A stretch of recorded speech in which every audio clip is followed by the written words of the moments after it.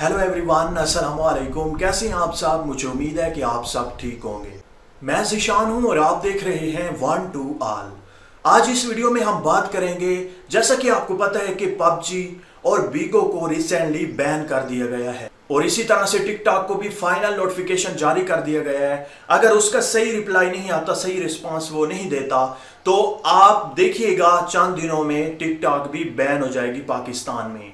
अब पीटीए के हवाले से थोड़ी सी मैं बात करूंगा, उसके बाद यूट्यूब पर भी आता हूं कि यूट्यूब को क्यों बैन किया जा रहा है। पीटीए को कोई भी बंदा जाके दरखास्त तो दे सकता है, लेकिन पीटीए की ये जिम्मेदारी है कि वो कानून के दायरे में रहते हुए किसी भी चीज का डिसीजन लें, किसी भी चीज को बैन करें। मेरे एक्सपीरियंस के मुताबिक पीटीए के हवाले से मैं आपको गाइड करता चलूं कि अगर उनके पास 2 से 4 दरखास्तें, एप्लीकेशंस किसी भी हवाले से जाती हैं, तो वो उस एप्लीकेशन को, उस चीज को बैन कर देते हैं। किसी भी चीज की जांच पड़ताल की जाए तो मेरा नहीं ख्याल कि पबजी उस दायरे में आती थी कि उस पर बैनिंग हो।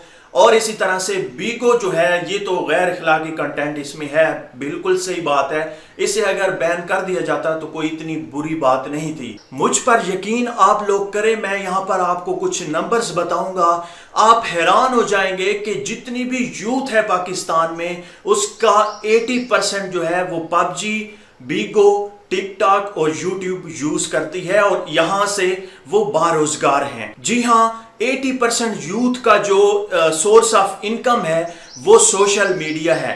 मैं यूथ की बात कर रहा हूं और यहां पर यह बात भी काबिल गौर है कि एक दिन पबजी बैन हुई, दूसरे दिन लाखों लोग जो बेरोजगार थे वो बेरोजगार हो गए, जो यूथ है वो बेरोजगार हो गई। पबजी की तरह बीगो का भी यही हाल है, वहां पर भी सारी की सारी यूथ है, तकरीबन 80%, और वहां पर एक एक बंदा लाखों रुपए कमा रहा है। जितने भी पबजी और बीगो की वजह से पाकिस्तान में पैसे आते थे, जिससे पाकिस्तान को फायदा होता था, वो अब सारे के सारे करोड़ों अरबों में ये पैसे हैं, ये मनी है, और ये अब नहीं आ रही। क्यों? क्योंकि पीटीए जो है वो बगैर सोचे समझे सब कुछ बैन करता जा रहा है। अब यहां पर मैं आपको बताते चलूं कि आप सब लोगों को ये पता नहीं होगा कि टिकटॉक से भी अर्निंग होती है, स्पॉन्सरशिप मिलती हैं और बहुत बड़ी बड़ी मिलती हैं। छोटा सा क्लिप बनाने का आपको 50,000, 1 लाख भी मिल जाता है।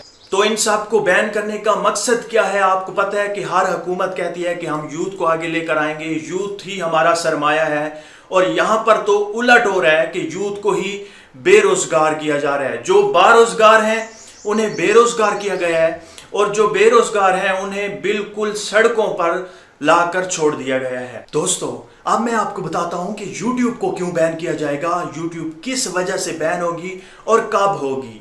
यहां पर मैं आपको एक बात बताने लगा हूं, आप दिल को थाम लीजिएगा, आप हैरान हो जाएंगे और हंसने लग जाएंगे कि एक जज साहब फरमा रहे हैं कि YouTube को इसलिए बैन कर दिया जाए क्योंकि हर बंदा मुंह उठाकर आ जाता है और किसी पर भी कोई भी वीडियो बना देता है।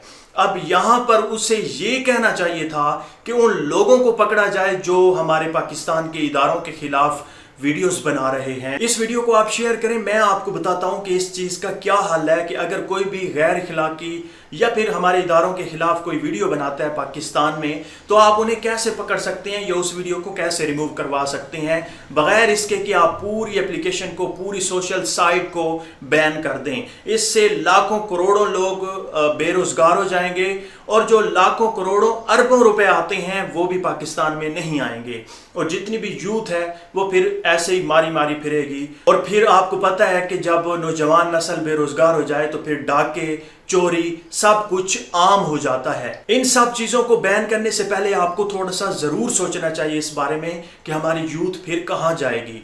अब आगे बढ़ते हैं और इसका हल यही है कि अगर आपने किसी भी वीडियो को रिमूव करवाना हो तो आप YouTube को रिपोर्ट कर सकते हैं, मेल कर सकते हैं। और इसके साथ साथ पीटीए से मेरी रिक्वेस्ट है कि जिस तरह से आप हमें मैसेज भेज रहे हैं, 3-4 मंथ से आपको भी मैसेज आया होगा कि पीटीए की तरफ से मैसेज आता है कि अगर आप किसी भी गैर इखलाकी या हेट स्पीच या इस तरह का कोई भी मवाद शेयर करते हैं तो वो उसके आप जिम्मेदार होंगे।